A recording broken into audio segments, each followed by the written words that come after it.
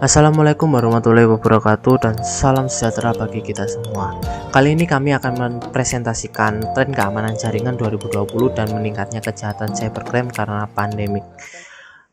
Saya Joshua Sabasdiwana dengan NIM 2301912183 dengan rekan saya Wibian Alfatan dengan NIM 2301942753. Learning objektif yang kami bawakan adalah pembaca dapat mengetahui apa itu kejahatan cybercrime, pembaca dapat mengetahui serangan yang terjadi pada website, pembaca dapat mengetahui cara mengatasi serangan cybercrime di website.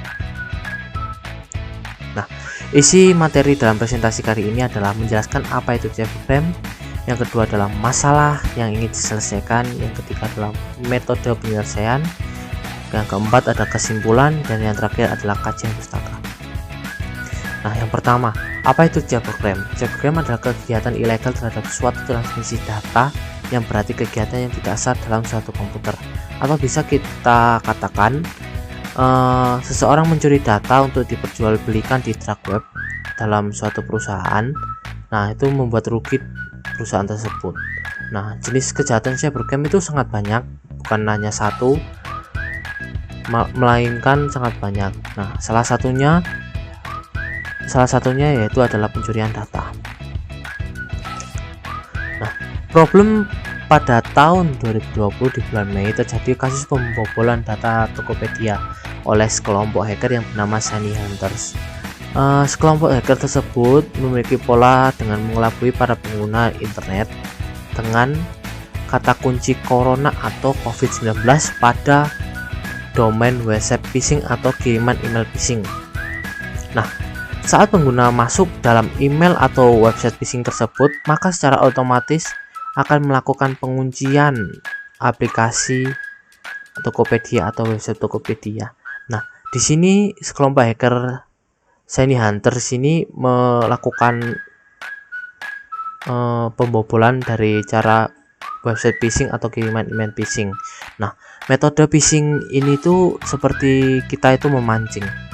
Kan memancing harus ada umpan. Nah, Shiny Hunters melakukan umpan dengan mengubah domain website phishing atau kiriman email phishing yang serupa dengan Tokopedia yang aslinya untuk mengelabui pengguna untuk masuk ke dalam website tersebut dan melakukan pembobolan data-datanya.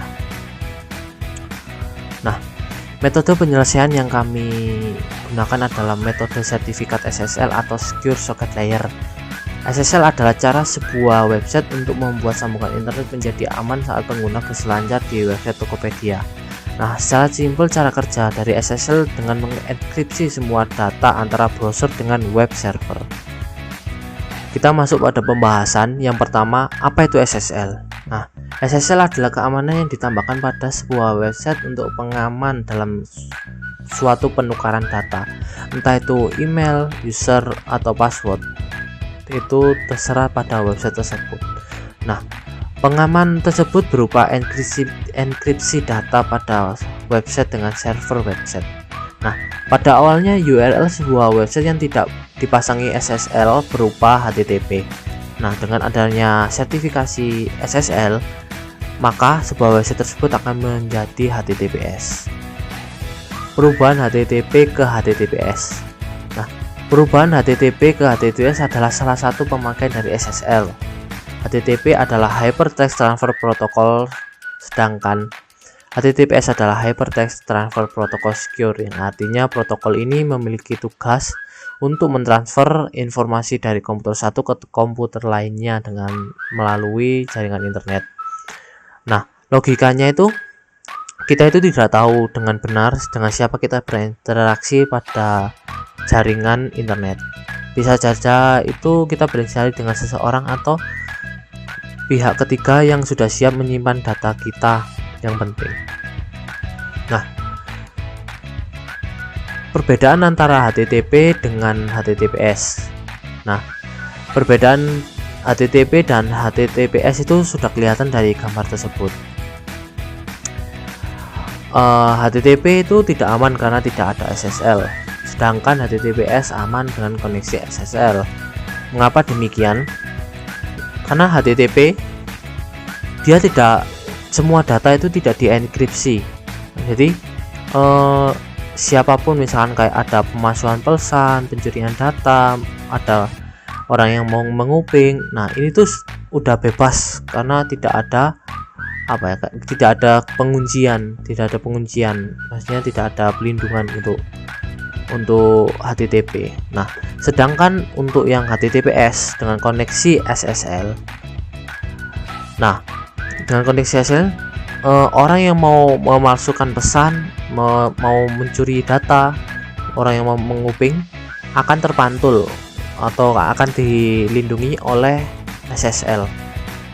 Ini adalah salah satu tugas SSL.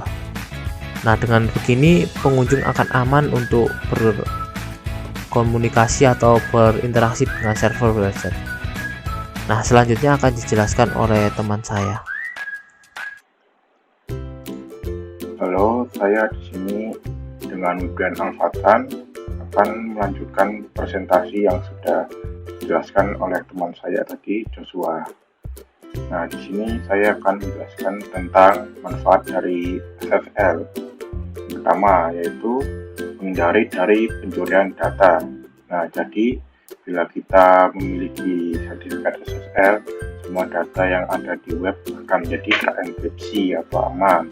Nah, yang kedua, menghindari dari salah kirim data. Maksudnya apa ini? Di SSL ini juga memastikan bahwa setiap data yang dikirim akan sampai ke tujuan tanpa adanya kesalahan pengiriman. Nah, terus yang ketiga ini bisa meningkatkan reputasi atau nama website. Nah, ini menunjukkan bahwa website kita itu aman untuk menyimpan beberapa data-data penting seperti data pribadi pengguna. Nah, yang keempat ini meningkatkan ranking saat pencarian di mesin pencari. Ini maksudnya gimana sih? Nah, jadi maksudnya itu beberapa website yang memiliki sertifikat SSL akan diprioritaskan untuk pengguna agar pengguna aman saat memasuki web tersebut. Di sini ada jenis-jenis sertifikat SSL. Nah, sertifikat SSL-nya itu jenisnya ada 3, yaitu Domain Validation, Organization Validation, dan yang ketiga Extended Validation. Nah, dari ketiga jenis tersebut masing-masingnya itu mempunyai kemampuan. Yang pertama itu sudah pasti HTTPS dan lambang ikon gembok semua dimiliki. Yang kedua yaitu nama perusahaan. Ini hanya dimiliki oleh Extended Validation. Nah, yang ketiga nama perusahaan URL atau domain yang namanya itu. Ini hanya dimiliki oleh extended saja. Untuk keamanan enkripsi data itu ya sudah jelas ya, semuanya dimiliki ketika jenis ini. Untuk verifikasinya sendiri yaitu domain validation, memiliki verifikasi domain dan email. Organization validation itu ada domain, email, physical address, telepon, dan telepon verifikasi. Untuk yang extended ini sama kayak organization validation. Untuk dokumen legalnya ini hanya tidak dimiliki oleh domain validation, dan kedua jenis lainnya ini memiliki. Nah, untuk rekomendasi untuk domain ini disarankan untuk blogger, untuk organisasi ini untuk organisasi laba. Ketiga ini extended untuk perusahaan bisnis besar, bank, dan e-commerce seperti Tokopedia, Bukalapak, dan lain sebagainya. Nah, yang ketiga ini cara kerja SSL. Bagaimana sih cara kerja SSL itu? Melalui browser pengunjung ini meminta sesi SSL aman menggunakan protokol HTTPS. Kemudian server akan memeriksa sertifikat URL atau domain yang terkait dan memberikan autentifikasi. Nah, setelah itu URL akan terbuka dengan lambang gembok yang menandakan bahwa tersebut terinskripsi. Dan yang terakhir, server akan mencocokkan kunci yang sesuai dan membuka akses yang aman. Ini ada 3 tahapan yang paling penting dalam SSL, yaitu ada protokol, handshake protokol, record protokol, dan alert protokol. Nah, maksudnya apa sih itu? Nah, jadi handshake protokol ini tahap di mana klien akan membentuk koneksi antara klien dan server. Nah, untuk record protokol ini, tahap ini di mana mengenkripsi semua data rekaman pesan inti, versi, dan panjang data yang akan dikirim ke server. Dan yang terakhir, alert protokol, di mana tahap ini